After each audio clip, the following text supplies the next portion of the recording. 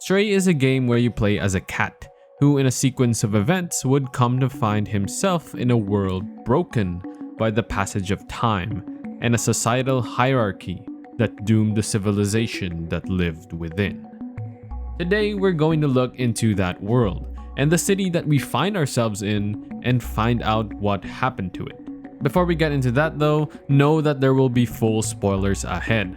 I'll be talking about the world of Stray and what is revealed within the main story, but I'll try avoiding some of the more personal moments in the main story. Still though, discovering what happened to the world is one of the key reveals and story beats of the game. And in my opinion, the game is well beyond deserving of your attention and money. So I highly recommend playing it first, and if you like games like Little Nightmares, you'll definitely love this one. So yeah, switch off if you haven't played it yet. Still here? Alright, full spoilers ahead, and let's enter the world of Stray.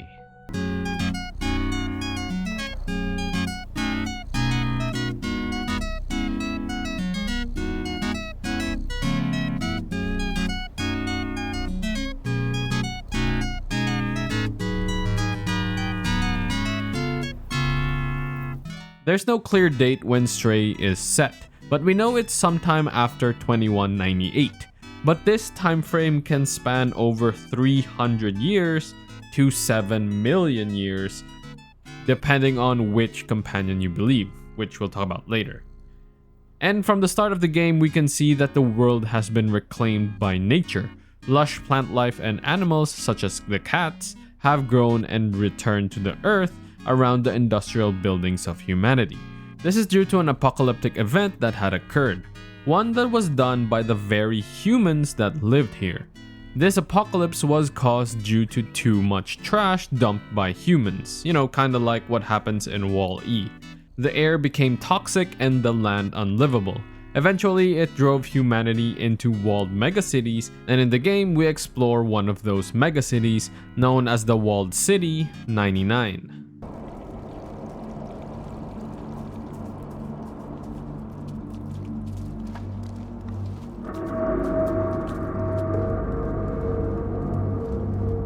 After crashing into the confines of the walled city, we find that astonishingly, power still runs throughout the city. And at the very least, it's not covered in, too much trash. So the city is still somewhat maintained. And from there, we find our first signs of life within, as security cameras fling to life watching our every step. Lights from signs spell messages calling for help and guide our path. We see signs that a pandemic had hit this part of the city, and there are almost no signs of life anywhere until we eventually encounter some strange creatures known as the Zurks, who kind of look like head crabs from Half-Life. Though instead of turning people into zombies, these creatures seem to feed on robots, and it is seemingly due to them that this part of the city is aptly named the Dead City. Now we'll circle back to talk about the Zurks later. We traverse the Dead City with all our cat-like agility and intelligence, and we find many signs of civilization within. The city itself is similar to the megacities we have today, which we can see in places like China. There are even a lot of air conditioning and cooling almost everywhere. Apartment buildings, bars, banks, shops, and even buildings under construction. We even learned that schools and universities existed. So at the very least, humanity was thriving within the city for a short time. But after going through the city, we eventually come across the AI that was guiding us through. An AI who was in need of a body. As a very, very intelligent cat, we give the AI a body and he tells us that he has forgotten his name. So instead, he uses the name of the body we gave him. Luckily, just like real life cats, we can understand him. So he tells us that his name is B12. Unfortunately, he has also forgotten the reason of why he's here. He only knows that his purpose is to open the city to the outside world. Now it's through B12 that we'll learn much about the world, and we'll learn more about him later on as well. With his help though, we will be able to learn more and request the assistance of those who live in the slums.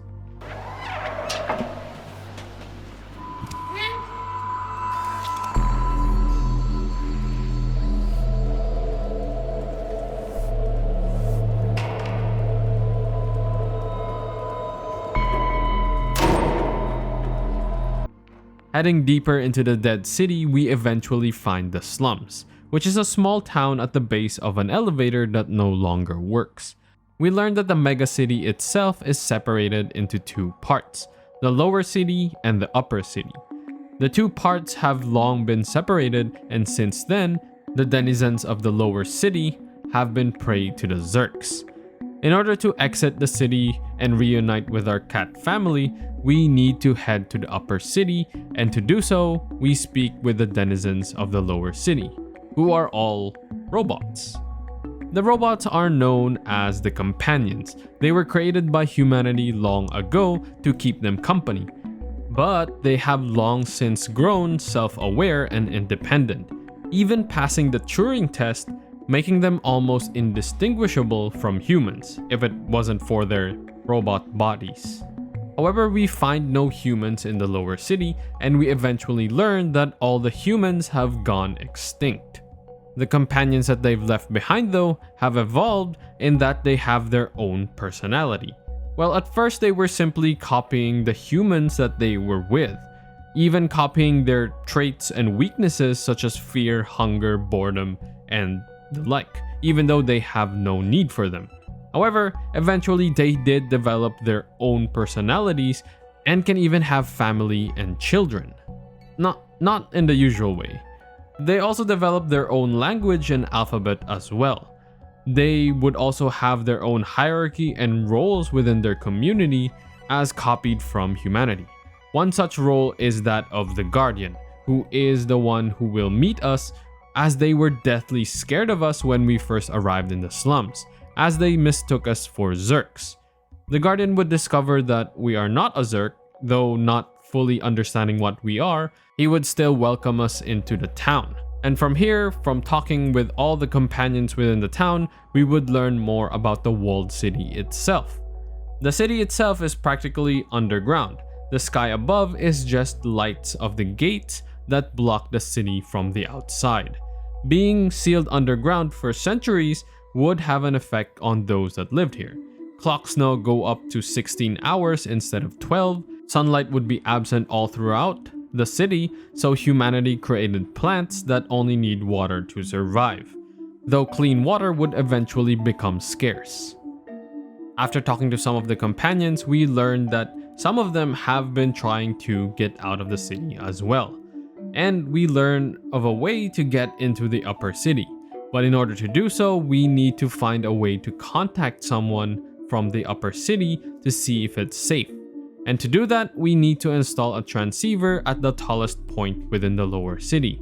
And seeing as we're the only one capable of doing that, we head to the tallest tower within the city.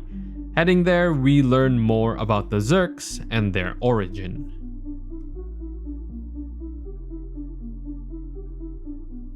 On the way to the tallest point in the lower city, we learn more about the origins of the Zurks and how they eventually took over the lower city.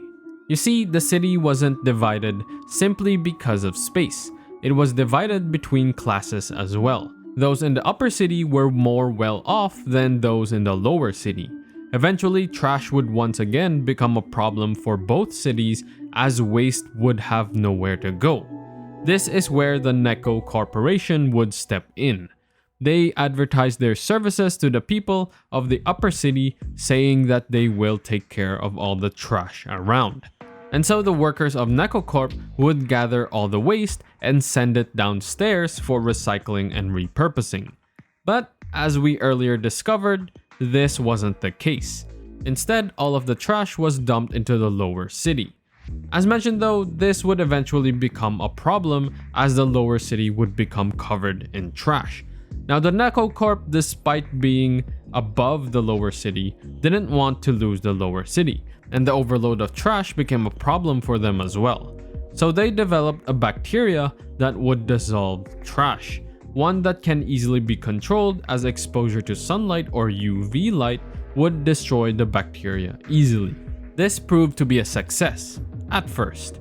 The trash would be destroyed and the bacteria would be controlled. However, trash that is dissolved would still end up somewhere like the air. a plague that could have been the result of the dissolved trash and the evolution of the bacteria would spread in the lower city, possibly the same circumstances that happened in the outside, before humanity retreated to the walled cities. This plague would run rampant in the lower city, killing everyone. The upper city would eventually end up in the same fate, and humanity would become extinct, save for one. But I'll let you discover that for your own. With humanity now disappeared from the city, the Zurks would be left alone. And though trash had been reduced, the Zurks' appetite wouldn't. So they would evolve from bacteria to the headcrab-like things that we see in the game. They would eventually feed on more than just trash. They would even feed on the metal components of the companions. And eventually, they would run rampant within the lower city. They would even evolve into something far beyond. But again, that is a mystery for a future video or something you should discover for yourself in the game. Soon after you reached the highest point and contacted the person in the upper city, we now had to brave the sewers in order to reach an alternate route to the upper city. After helping out a few more companions and meeting a person of interest, we also learned something about our robot companion. But I'll keep that as a mystery for now since it doesn't really have any relation to our topic about the state of the world. And it's quite a big twist in the story even though it was somewhat predictable. From here, we would make our way, finally, to the upper city. Here, its denizens are still oblivious to the true nature of the Necocorp and the situation within the lower city. And like the lower city, this place is devoid of any humans. Most of the companions here still believe that the trash they throw down the lower city is simply being recycled, and most of the people here are none the wiser due to enforcement by the Sentinels, which are law enforcement companions designed and programmed to keep the peace, as well as ensure the strict protocols are met. One which prevents the denizens from going down to the lower levels and from freely going anywhere where they please. This also includes keeping the peace against troublemakers, and though humans are no longer present in the city, the companions here have evolved as well and copied the human traits of those that lived here.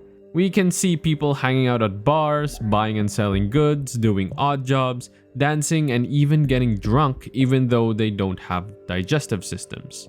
Oh, and by the way, they eat ram sticks. Maybe there are even some companions that are introverted. Maybe there are even YouTuber companions. But we're gonna skip a little bit, as most of the story here is more personal stakes than actual world city stakes. And I don't want to spoil too much of the story in this one video. Honestly, by this point you should really pick up the game and play it. But basically around here we're tasked to retrieve an item that we need to make it back to the surface. But we find ourselves in a prison within the city.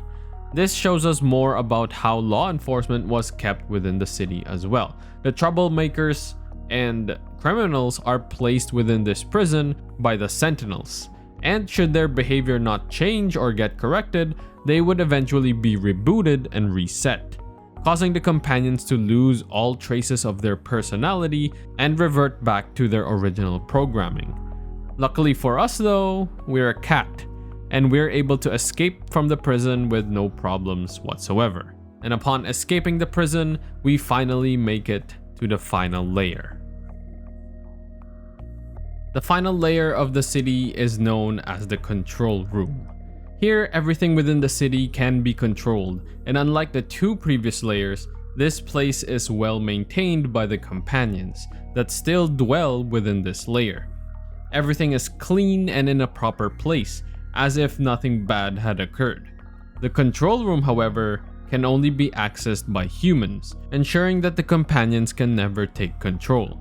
It also shows a little bit that the people who ran the entire city were a bit scared of losing their power, as the companions can't even enter the main control room as only humans were allowed to step in.